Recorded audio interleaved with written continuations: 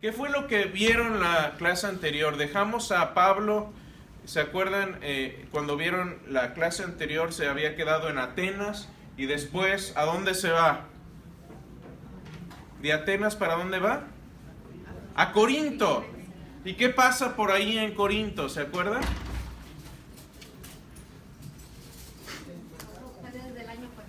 Fue el año pasado, no, fue este año. Ya fue de este año. Este quiz es de este año, no del pasado. La situación espiritual en la iglesia y las diferentes tendencias y las mezclas de algunas cosas, creencias paganas que había. Vieron ahí por ahí un personaje que es de mis favoritos, Sir William Ramsay, ¿no? ¿Qué es lo que dijeron de Sir William Ramsay? ¿Ah? Clasificó los tipos de historia, ¿no? Empezó él con una actitud escéptica cuando empezó a estudiar el libro de Hechos y finalmente, ¿cuál fue su conclusión? Que Hechos cumple con los estándares más altos de historia, de historiografía. Entonces no son cuentos o historias, es historia lo que estamos viendo. Bueno, vamos a seguir ahora porque les decía que cuando empezamos a recorrer el libro de Hechos y lleguemos a un punto de inflexión donde Pablo escribe una carta, vamos a estudiar esa carta. Y hoy ese es el caso. Cuando Pablo está en Corinto, ese es uno de los momentos en que él escribe una carta a Tesalónica. Y yo no sé si ustedes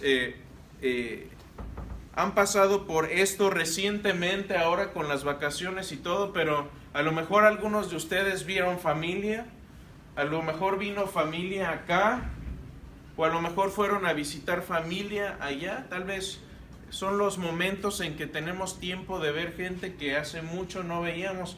Y las despedidas son tristes, las despedidas son difíciles. Decirle adiós a alguien que amamos es complicado, es difícil. Pero también las reuniones son bonitas. Esa es una foto ya de hace tiempo de uno de nuestros viajes a México. Un saludo a mi mamá y a todos los que nos ven por internet. Mi mamá ve la clase, entonces la tengo que saludar.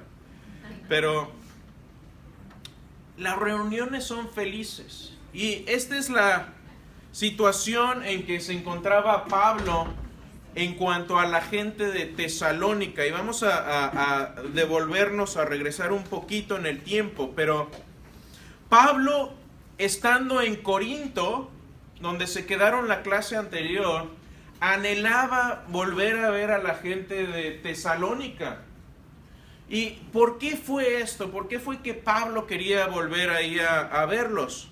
Bueno, la escritura nos dice que estuvo con la gente de Tesalónica. ¿Se acuerdan que se fue de Filipos a Tesalónica y estuvo por 3 sábados con ellos enseñando?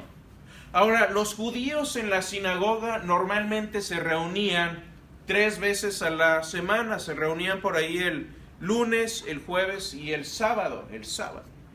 Entonces, si le echamos cuentas, por lo menos tuvo unas 8 o 9 sesiones con ellos en la sinagoga, aparte de lo que pudo haber estado con ellos enseñándoles por fuera. Ahora, algunos estudiosos dicen, estuvo 3 semanas nada más. Esto es cuestión de debate, por si lo escuchan por ahí. Y algunos dicen, no, estuvo 3 semanas nada más, probablemente 4 si tomamos los extremos. Otros dicen, no, pudo haber estado entre 1 y 4 meses. Entonces, ¿por qué? Porque sucede que después de que está esos 3 sábados con ellos, la gente, los judíos empiezan a alebrestar a la gente, se arma una chusma y los meten a la cárcel, ¿se acuerdan? Bueno, no los metieron a ellos, metieron a Jasón, que era el que les estaba dando posada. Y sucede que Jasón paga una fianza, pero esto implica que Silas y Pablo tenían que irse de Tesalónica. Entonces no sabemos cuánto tiempo pasa entre el tercer sábado y el tiempo en que se hace la revuelta contra Jasón. No sabemos cuánto tiempo sucedió. Entonces, los estudiosos dicen, puede ser entre 1 y 4 meses, no sabemos realmente cuánto tiempo pasó, para que lo tengan en cuenta.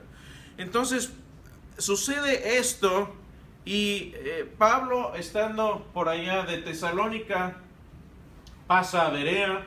Tenemos ese pasaje donde se dice que los bereanos eran de más noble corazón, porque escudriñaban las escrituras para ver si eso había pasado como lo decía el Antiguo Testamento.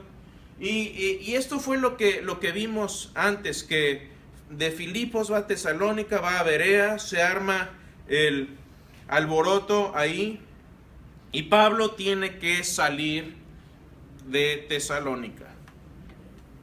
Ahora, esto es lo que sucede. Veamos, cuando vamos a interpretar un libro de la Biblia, y lo que vamos a hacer hoy es estudiar Tesalonicenses, no lo vamos a hacer a profundidad, pero lo que quisiera es picarles la curiosidad un poquito para que se metan más en este libro, porque tiene temas muy importantes para la iglesia. Es un libro o una carta relativamente corta, tiene 5 capítulos y son capítulos cortitos, no es como leer por ahí todos Romanos.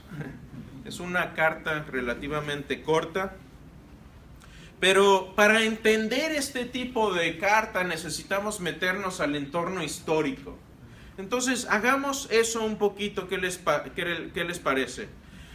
Si ustedes hubieran estado en Tesalónica en el siglo I, en tiempos de Pablo, se habrían dado cuenta que es una ciudad muy cosmopolita. ¿Qué quiere decir cosmopolita?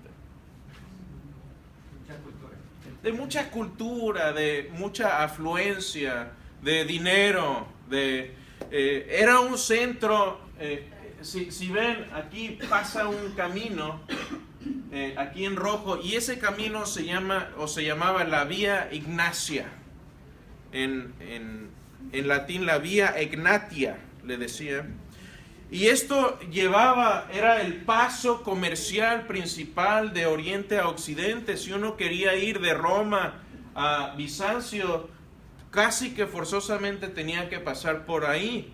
Y era un puerto muy importante, tenía aquí un puerto natural que atraía también a marinos y toda esta cuestión. Ya vieron la vez pasada que por aquí, por este istmo, está Corinto, y cómo subían los barcos y los rodaban para llevarlos del otro lado. Entonces, por eso Corinto era un lugar de marinos rudos, ¿se acuerdan?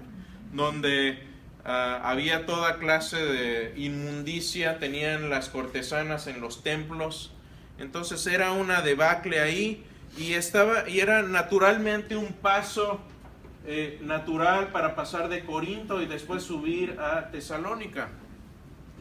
Tesalónica fue un lugar, una ciudad fundada por Casandro en el año 315. Casandro fue familiar de Alejandro Magno. ¿Y por qué se le llama Tesalónica?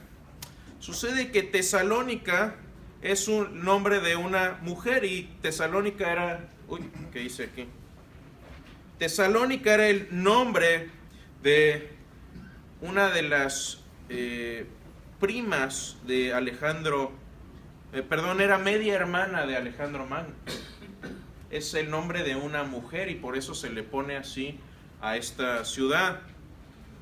Y era una ciudad independiente. ¿Por qué una ciudad independiente? Porque cuando se acuerdan un poco de historia de Roma, por ahí cuando después de que es asesinado Julio César, se queda ahí una rivalidad entre su sobrino Octaviano y Marco Antonio, el que se va después con Cleopatra, ¿recuerdan? Y empieza a haber esta rivalidad entre ellos. Finalmente queda Octaviano, pero este pueblo de esta ciudad de Tesalónica ayuda a estos dos gobernantes en una guerra. Entonces Octaviano le da honor de ser una ciudad independiente. Entonces era una ciudad regida por los griegos, aunque estaba dentro del dominio general del Imperio Romano. Era una ciudad griega independiente, regida por magistrados, y eran griegos. Entonces ellos tenían mucho, se las daban de ser muy una ciudad importante por tener este estatus de independencia ahí. Y era la ciudad más grande de Macedonia. Tenía entre 100,000 y 200,000 habitantes, que para ese tiempo era una gran cantidad de gente. Entonces ese es el entorno. Tenemos un puerto, tenemos la Vía Ignacia, tenemos una ciudad independiente fundada por los familiares de Alejandro Magno. Y no solo eso, también si hubiéramos ido ahí, hubiéramos visto una sinagoga, hubiéramos visto presencia judía ahí, y habría también encontrado idolatría en la forma de dos tipos de culto, de adoración. La primera era el culto a Cabrius, que era un dios, el dios preferido de Tesalónica, y este era un dios legendario que iba supuestamente a ser el salvador de la región. Noten algunos paralelos con Cristo, y ahorita voy a mencionar algo de esto. Sus hermanos se supone que matan, y todo esto es legendario, se supone que matan a Cabrius en su juventud, y después él regresa de la muerte a salvar a su pueblo. Interesante. En las manos tiene 2 martillos por ser también el dios de los trabajadores, el dios trabajador por ahí. Y entonces esto era parte de la religión oficial en esta ciudad de Tesalónica.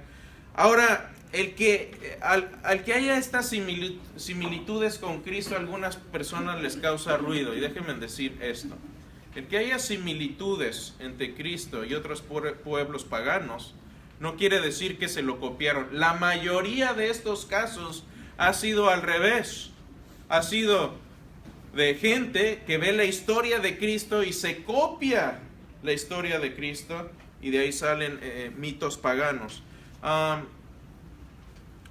El otro culto que había por ahí era el culto imperial, porque a Julio César se le consideraba no solo el máximo regente de la antigua Roma, sino se le consideraba como descendiente de los dioses. Entonces había en estas tierras que adorar a César, y esto es lo que se llamaba, como acabo de mencionar, el culto imperial. Debes de darle culto a Julio César como una deidad.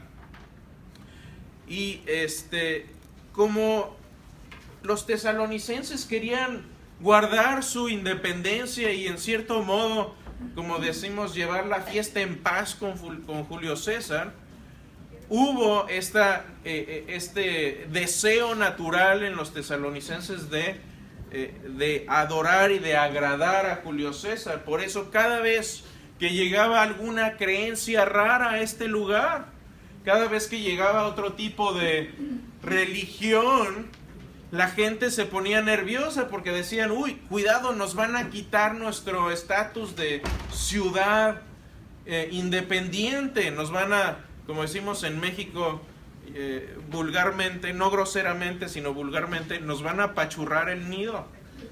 Y eso era lo que pensaban cada vez que llegaban estas ideas de fuera. Entonces, cuando Pablo entra a las sinagogas, que habla durante 3 semanas con ellos, que tiene disertaciones, que habla con los judíos, bienvenidos todos, gracias por estar acá. No los estoy ignorando, pero estoy metido aquí en Veníamos en el mismo bus. muy bien, sí, llegó el bus lleno. Perdón, entonces Pablo llega aquí y encuentra en las sinagogas a 2 tipos de personas. Encuentra primeramente a judíos que se le oponen, y este va a ser tema desde el principio hasta el final de la vida de Pablo. Es judíos que no les gusta cómo Pablo está hablando del judaísmo y de cómo continúa con Cristo y cómo Cristo es el cumplimiento de las profecías mesiánicas. No les gusta esto a la mayoría de los judíos, pero hubo judíos nobles que sí se convierten. Por el otro lado están los simpatizantes del judaísmo, y esto es gente que le gusta el judaísmo, les gusta la idea de un solo Dios, les gusta la idea de la moralidad del judaísmo, pero no están listos como para hacerse judíos. Por ahí hay algo que llaman circuncisión que no a todos les atrae, y entonces hay mucha gente que tiene una afinidad por la religión judía, escuchan, están ahí, son oyentes, pero no están dentro del engranaje de los judíos. Y como resultado de esto, Pablo llega y dice, ya no hay judío, ya no hay gentil, somos todos unidos en Cristo, somos nuevas criaturas.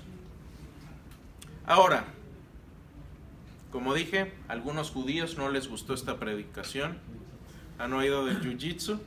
Si no han oído del jiu-jitsu, se los presento. Si no saben qué es, no se preocupen, pregúntenme al final. Pero se arma ahí el altercado en la casa de Jasón. Sí, o sea, y se pone peor, esperen. Empieza este altercado en la casa de Jasón. Pablo tiene que salir y, como dicen, es deportado, pero no por guapo. Y a Pablo no se le da tiempo, por la premura con la que sale, no se le da tiempo de despedirse, de tal vez contestar dudas y preguntas. Y en vez de ir él a visitarlos después de regreso, manda a Timoteo a visitar a la gente de Tesalónica. Pero Timoteo se da cuenta que quedaron asuntos sin resolver. Quedaron cuestiones inconclusas ahí. Y esto le preocupa a Pablo y es el centro de la carta. Porque ¿qué sucede? Déjenme decirles algo que es muy cierto, que yo he experimentado, que seguramente ustedes también han experimentado, y que fue algo que le pasó a muchos personajes en la historia, en la Biblia, en el Antiguo y el Nuevo Testamento. Y escúchame esto, cuando sufras, te van a entrar dudas acerca de la bondad de Dios. Es natural. Si se ponen a ver la vida, Jesús solamente de una persona dijo, de los que nacen de mujer no ha habido más grande que este. ¿De quién lo dijo eso Jesús? Juan el Bautista.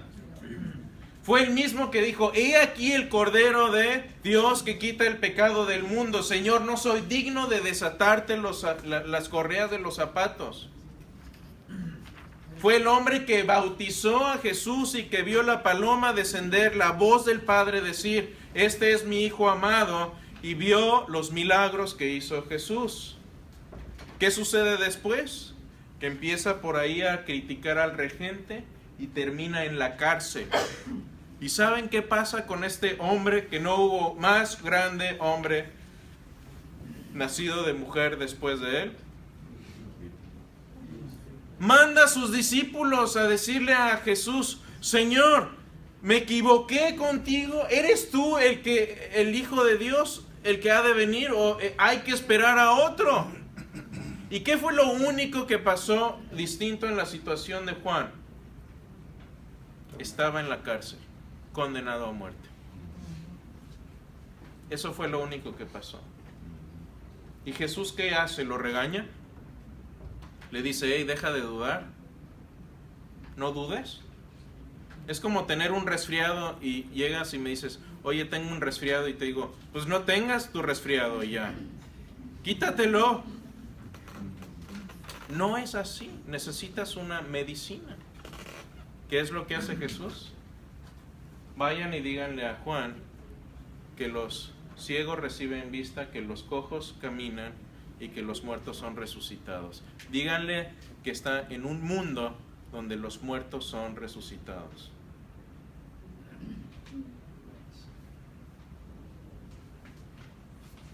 Y lo mismo sucede con los de Tesalónica, porque en Tesalónica empieza a haber, no sabemos si uno o varios, pero empieza a morir la gente. Y me imagino que por el contexto de la carta algunos dicen, ¿qué va a pasar con ellos? Cuando venga el Señor Jesús al final de los muertos, ¿qué va a pasar con ellos? ¿Ya se quedaron o qué?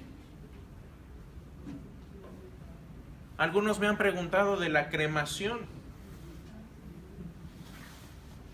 ¿Qué pasa con alguien que es cremado? Y déjame decirte algo, si Dios sabe, formó tus moléculas desde el vientre de tu madre, sabe dónde encontrarlas y te crema, no te preocupes. No hay problema. Nada es imposible en este sentido para el Señor. Ahora, entonces llega este momento y dicen ellos, ¿qué pasa con los muertos? ¿Qué pasa con la gente que ha muerto en Cristo? ¿Qué pasa con ellos? Y Pablo tuvo la intención de que esta carta fuese una carta abierta y leída en público. Así que en el tiempo que nos queda buen tiempo, es una carta corta. He tomado una traducción simple de leer. Me gustaría que leyéramos la carta a los tesalonicenses hoy y que veamos algunos temas. Tal vez haré alguna pausa en un tema importante, pero ¿por qué no la leemos? Quiero recalcar que esta carta es coautoreada con otras dos personas. ¿Quiénes eran? Silvano, que es el mismo Silas, y Timoteo. Entonces, cuando Pablo empieza esta carta, pone en primer lugar, dice Pablo, Silvano y Timoteo. El orden tiene importancia porque tiene un orden jerárquico, es decir, ¿quién era el líder de este grupo? Pablo.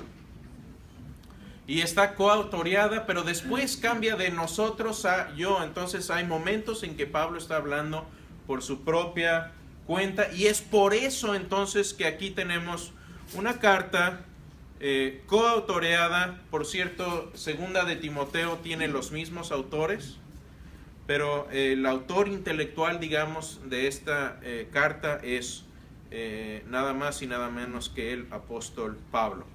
Entonces, Pablo empieza saludándoles y les desea gracia y paz, y menciona, dice, los menciono en mis oraciones, los tengo en cuenta en mis oraciones todo el tiempo, sin cesar estoy orando por ustedes, porque perseveren en el mensaje, porque estén firmes, porque tengan un fundamento firme, y que tengan esperanza en nuestro Señor Jesucristo.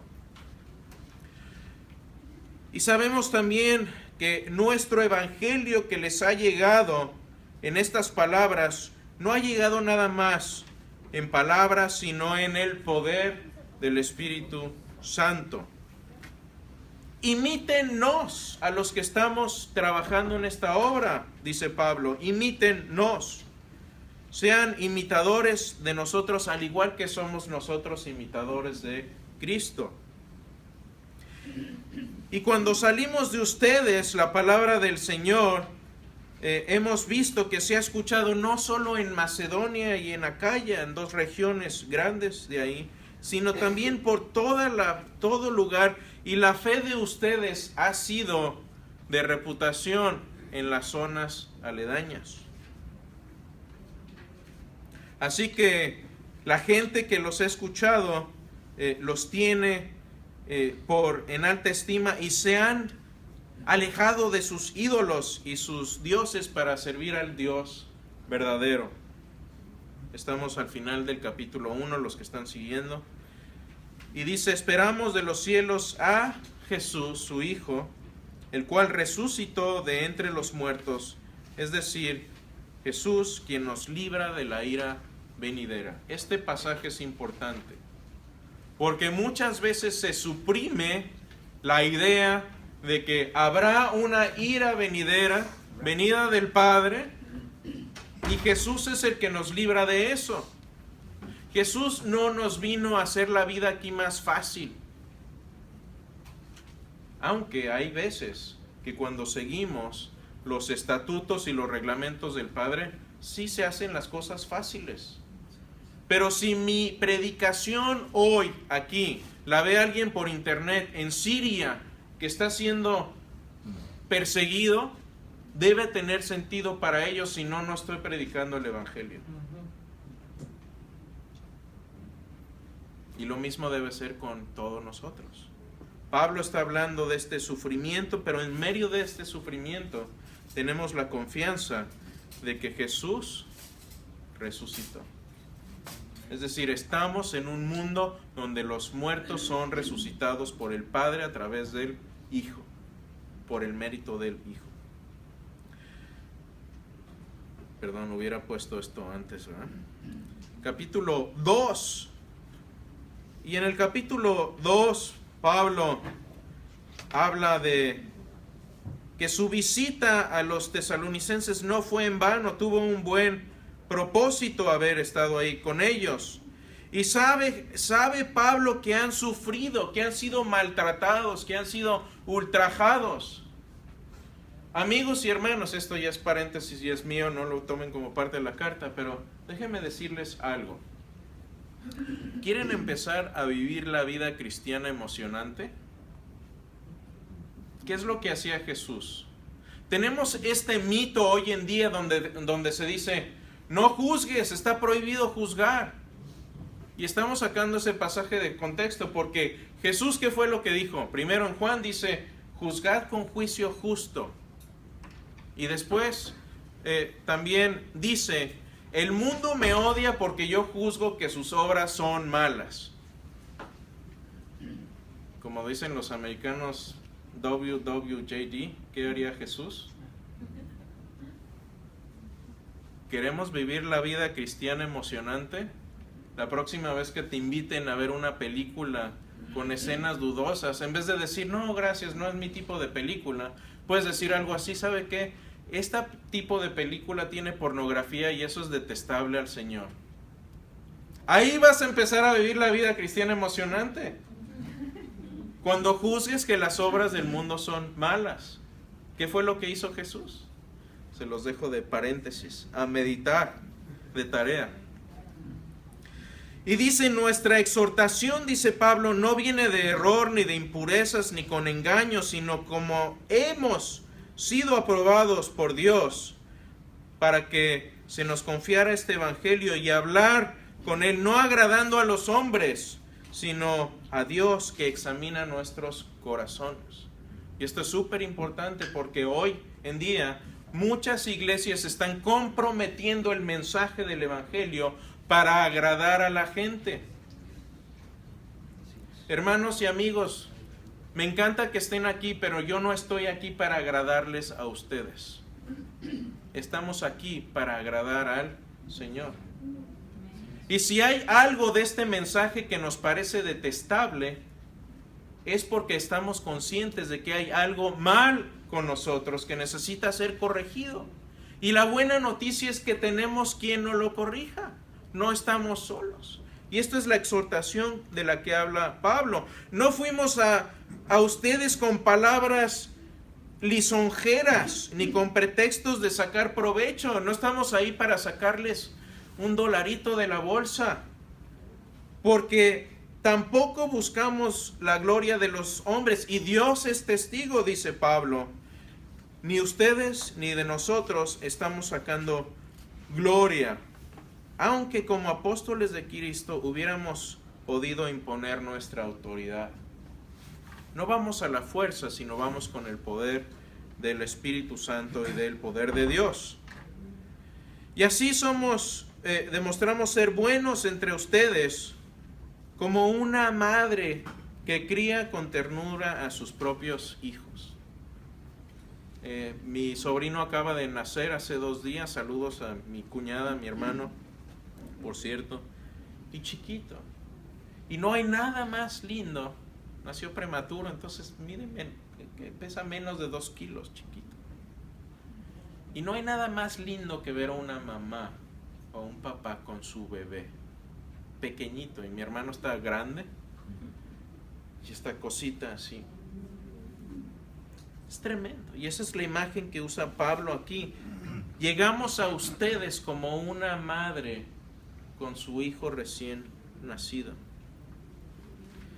Y les tenemos afecto, les tenemos amor y nos hemos complacido en compartirles no solo el Evangelio, sino nuestras propias vidas. Eso es parte del Evangelio, compartir nuestras vidas, porque han llegado a ser amados por nosotros. Y recuerden que nuestros trabajos, nuestras fatigas, día y noche, no fueron de carga para ustedes, sino que fuimos para proclamarles el Evangelio. Ustedes son testigos, y también Dios, de cuán santa, justa e irreprensiblemente nos comportamos con ustedes, los creyentes. Además saben que de qué manera los hemos animado y alentado, y les hemos dado testimonio a cada uno como un padre lo haría con sus propios hijos. Ven la imagen primero de la madre con sus hijos y luego del padre con sus hijos. Esa era la relación que buscaba Pablo con ellos. Y esto lo hago para que anden como es digno del Rey y del reino y de su gloria. Porque también nosotros no dejamos de dar gracias por ustedes. Y ustedes que recibieron la palabra de Dios y oyeron de nosotros y la aceptaron, no como algo que vino del hombre, sino como lo que realmente es la palabra de Dios, la cual también hace su obra en ustedes los que creen. Así que, hermanos, llegaron a ser imitadores de las iglesias de Dios en Cristo que están en Judea, porque también ustedes han tenido los mismos sufrimientos. Aquí está el tema de nuevo del sufrimiento a manos de sus propios compatriotas. Los mismos judíos han sido el sujeto o la fuente de su sufrimiento. Pero saben que estos mataron tanto al Señor Jesús como a los profetas, y a nosotros nos expulsaron, y no agradan a Dios, sino que son contrarios a todos los hombres, impidiéndoles hablar a los gentiles para que se salven, con el resultado de que siempre llenan la medida de sus pecados. Pero la ira de Dios ha venido sobre ellos hasta el extremo. Pablo, ¿estás juzgando, hermano? Sí, pero es un juicio justo. ¿Es verdad? Si es verdad, hay que compartirlo. Pero ¿saben qué, hermanos? He estado separado brevemente de ustedes en persona, pero no en espíritu. Y tenemos deseo de irlos a ver, y quisiera estar con ustedes, pero no he podido ir con ustedes. Pero me gozo ahora de pensar en poder estar con ustedes. El final del capítulo 2. El capítulo 3 sigue hablando, dice, ¿saben qué? Hermanos, no soportando más, pensamos que era mejor quedarnos solos en Atenas. Así que en vez de ir, les he enviado a Timoteo, nuestro hermano y colaborador. Así que nadie se inquiete, no se engañen por causa de estos problemas. No tengan miedo cuando sufran, porque ustedes mismos saben que para esto hemos sido destinados. Oh, interesante. Déjenme hacer una pausa tuve una clase hace tiempo con un profesor, el Dr. Clay Jones. Saludos, Dr. Clay Jones. El otro día me dice, no habla español, pero le llegó el Facebook Live y se puso a verlo. Y me dice, no entendí nada, pero se oye bien, me dice. Bueno, saludos al Dr. Clay Jones por ahí. Y él nos dijo algo que es muy cierto. Dice, el plan A para tu vida es que vas a tener sufrimientos en este mundo. Y no hay plan B. Así que tengan ánimo. Pero saben que, como dice también Tesalonicenses, no sufrimos como los que sufren sin esperanza. Esa es la gran diferencia. Y vivimos en un mundo donde los muertos son resucitados por Dios. Así que Él les dice, ¿saben qué? El plan A es que sean destinados para tener problemas. Ese es el plan. Ese es el destino. Porque en verdad, cuando estábamos con ustedes, les predecíamos que íbamos a sufrir. Ya se los habíamos dicho. Fíjense, cuando nosotros como cristianos aceptamos desde antes que el sufrimiento va a ser parte de nuestra vida, cuando llega ya no nos va a sorprender. Ya estamos listos para él.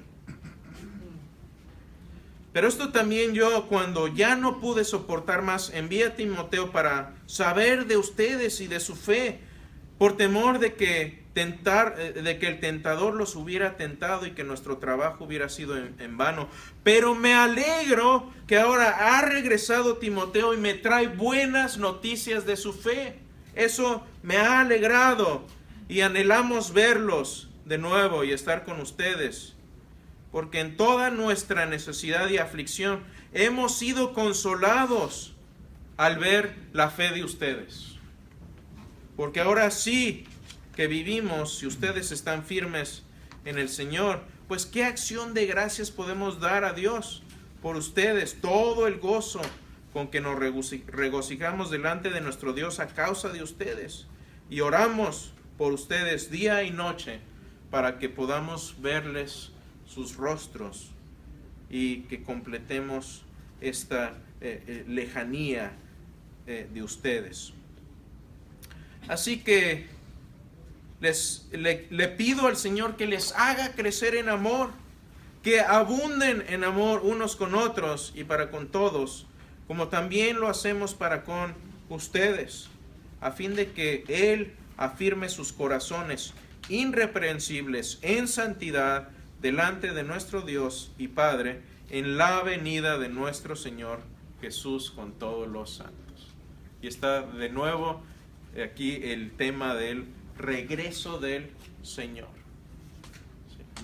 Ese es tema central de este libro. Muchas veces cuando leemos Primera de Tesalonicenses, mucha gente se enfoca en esta cuestión del arrebatamiento y de el final de los tiempos y de escatología. Ese no es el punto de esta carta.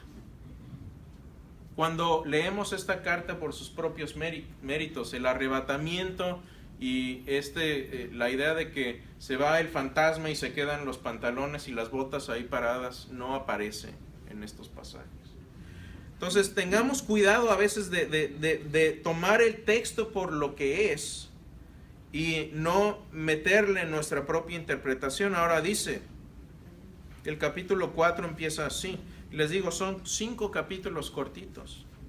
Por lo demás, mis hermanos, les pido, les ruego, les exhorto en el Señor Jesús, que así como recibieron instrucciones de nosotros, en la manera en que deben conducirse y agradar a Dios, así abunden en ello y sigan haciendo eso más y más. Ustedes saben lo que les hemos pedido. Y esta es la voluntad de Dios, que sean separados de la maldad y que se abstengan de inmoralidad sexual. Dejen de ver pornografía en internet. Eso diría, yo creo que si estuviéramos hoy aquí. Cada uno de ustedes sepa cómo tener su propio vaso en santificación y honor, es decir, el vaso es nuestro cuerpo. Tratémoslo como algo santo, algo que Dios creó y donde habita el Espíritu Santo, no en pasión degradante como lo hacen los paganos que no conocen a Dios. ¿Y saben qué? Porque Dios no nos ha llamado a vivir impuramente, sino a vivir en separación, en santificación. Por lo tanto, el que rechaza esto no rechaza a un hombre, sino rechaza a Dios, que les da a ustedes el Espíritu Santo. Estamos rechazando el Espíritu Santo cada vez que estamos en inmundicia sexual.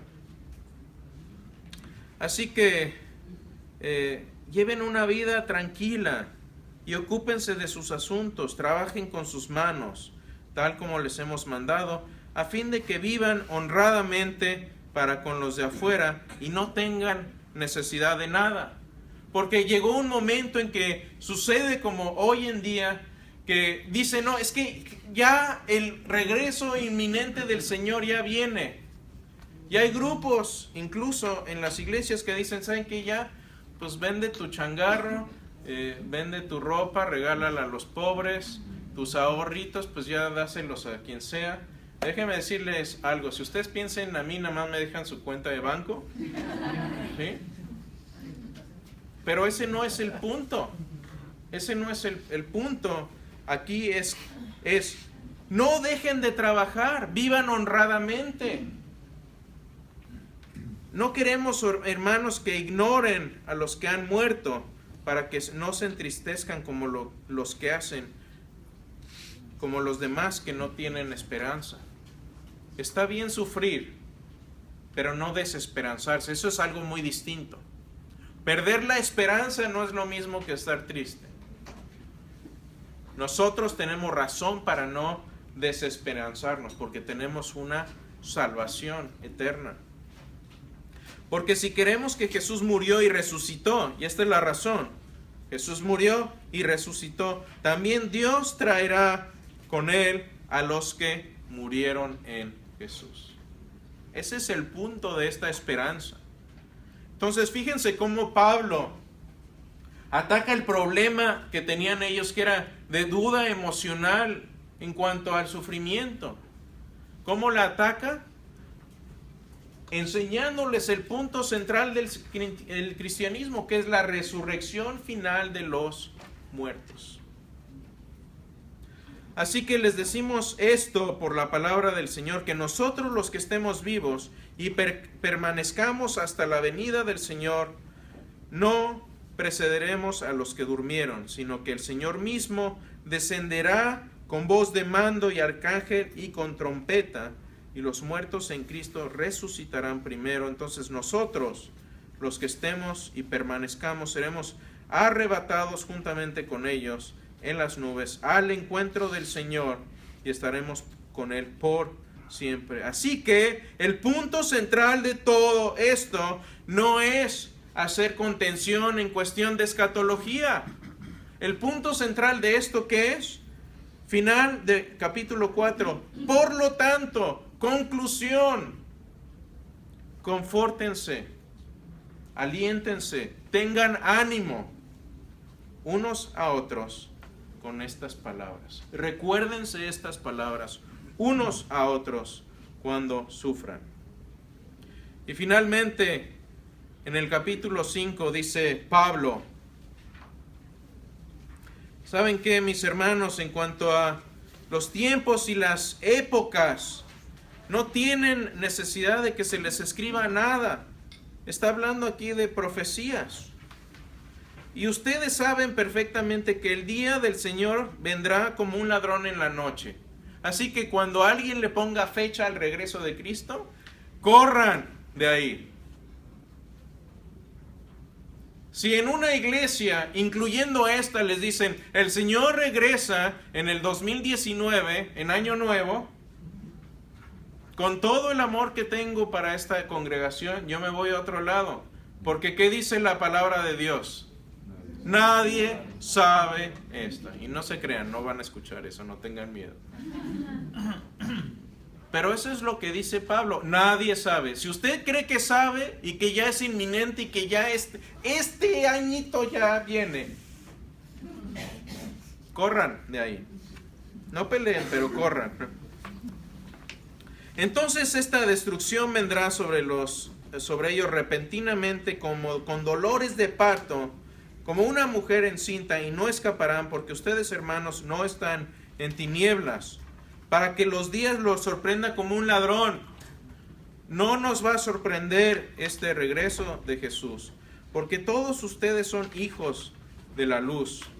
No somos de la noche ni de las tinieblas. Así que no durmamos como los demás están durmiendo. Estemos alertas. Como dice el Chapulín Colorado, paren las antenitas. Porque los que duermen de noche duermen, y los que se emborrachan de noche lo hacen.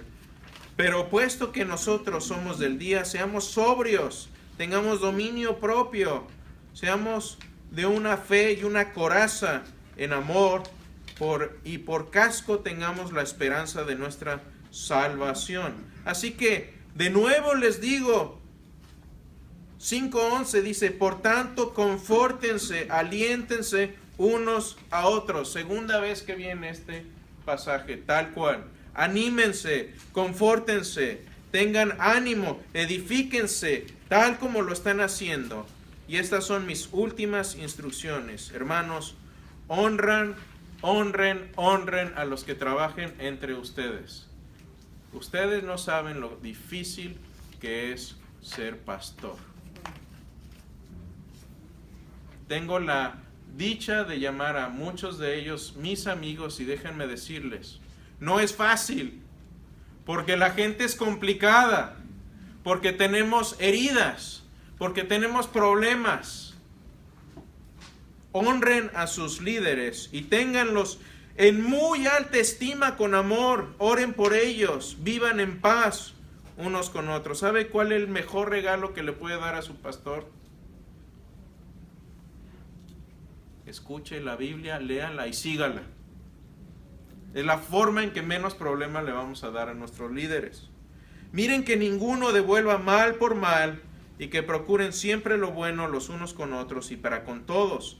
Tengan gozo siempre. ¿Cuándo? Siempre. ¿Cuándo sufres? Sí, siempre. ¿Es fácil? No. Oren sin cesar. No dejen de orar. Aunque no tengas ganas de orar, ora. Da gracias en todo, porque esta es la voluntad de Dios en ustedes. ¿Por qué? Dar gracias. Dar gracias es una de las mejores formas de vivir. Y sobre todo, dar gracias cuando estás sufriendo, porque en ese momento has vencido a Satanás. No apagues el espíritu, no desprecies las profecías que han venido anteriormente. Antes bien, examínalo todo con cuidado y reténlo bueno. No te tragues el anzuelo de todo lo que escuches en Facebook o en Internet. No todo lo que viene ahí es verdad. No porque Google o Wikipedia lo diga es cierto. Abstente de toda forma de maldad. Aunque hagas algo bueno, no lo hagas si parece malo. Y que el Espíritu mismo de paz esté con ustedes y que todo su ser, su alma, su espíritu y su cuerpo sean preservados irreprensiblemente para cuando nuestro Señor Jesucristo vuelva. Así que Él es fiel y Él lo hará. Hermanos, oren por nosotros y les pido solemnemente por el Señor que se lea esta carta a todos los hermanos. Eso hemos hecho hoy. La gracia de nuestro Señor Jesucristo sea con ustedes. El fin. Es maravilloso cuando uno lee la palabra de Dios de esta forma. Y después podemos regresar y ahondar en estos pasajes. Tengan ánimo. Yo sé que el inicio del año, incluso el final del año o incluso la Navidad pudo haber sido un momento difícil para muchos de nosotros, muchos de ustedes. Pero estamos en un mundo donde el Señor resucita a los muertos. Los muertos resucitan, los ciegos ven, los que cojean caminan rectos. Y estos son nuestros últimos puntos para casa. Dice 1 Tesalonicenses 1:3, la obra realizada por su fe, el trabajo motivado por el amor. ¿Saben? La idea de una fe muerta para Pablo era algo impensable. ¿Cómo alguien puede tener una fe muerta? Y eso era algo ridículo. Y aquí el punto es que la calidad de la fruta, Jesús habló de esto. Ustedes son, yo soy la vid, ustedes son las ramas. ¿Dan fruto? A lo mejor estamos dando fruto, pero yo preguntaría, iría más allá. Cuando alguien prueba el fruto de nuestra vida, ¿a qué sabe? ¿Es algo dulce? ¿Es algo que nos llena el bocado y cae suavemente en nuestro paladar? ¿O es algo que nos dan ganas de devolver el estómago cuando lo probamos? Pensemos así en nuestra vida. Dice 1 Tesalonicenses 4, dice, y así estaremos con el Señor para siempre. Y hay que hacer discípulos. Uno de mis, ¿saben qué? No me gusta hablar de mis propósitos de año nuevo. Prefiero poner metas cortas y que se puedan llevar a cabo. Y una de esas es, hagamos discípulos como si Cristo viniera por la noche. Yo cada vez que termina un año me pregunto y digo, ¿cuántos discípulos hice este año? ¿Sabe por qué la iglesia no crece o crece poco? Que no es el caso de Champion Forest, gracias a Dios. ¿Pero sabe por qué? Porque no estamos haciendo discípulos. Si usted hiciera un discípulo este año, el tamaño de la iglesia se dobla en un año. Pero eso no es lo que estamos viendo. Estamos viendo que aproximadamente 5,000 iglesias están cerrando cada año y se abren nada más como 1,000. Hay un déficit ahí de 4,000 congregaciones que cierran sus puertas en los Estados Unidos cada año. Esto no es un dato que me acabo de inventar. Esto es una estadística del grupo Barna. ¿Queremos que esta clase crezca? ¿Queremos que esta iglesia crezca? Hagamos discípulos. Un discípulo este año. Y finalmente, dice, el tiempo es, ¿qué? Corto, y la vida no tiene botón de regreso, de retorno. Lo que hayamos hecho, lo que hayamos dicho, ya no tiene retorno, pero ¿saben qué? Tenemos este año es como borrón y cuenta nueva. ¿Sí? Como decía, me gusta lo que dijo el pastor Ramón y el pastor Fleming. Sí, ganaron los Astros la Serie Mundial. A los Texans les fue, pero mal. Pero ¿saben qué? Este año es un año nuevo. Los Texans tienen la oportunidad de mostrar que no son tan malos. Y los Astros tienen oportunidad de mostrar que no fue una chiripa. Lo mismo es con nosotros. Pero todo a la vista de que finalmente estaremos con Él por siempre. Y eso nos da ánimo para seguir aún en medio de los sufrimientos.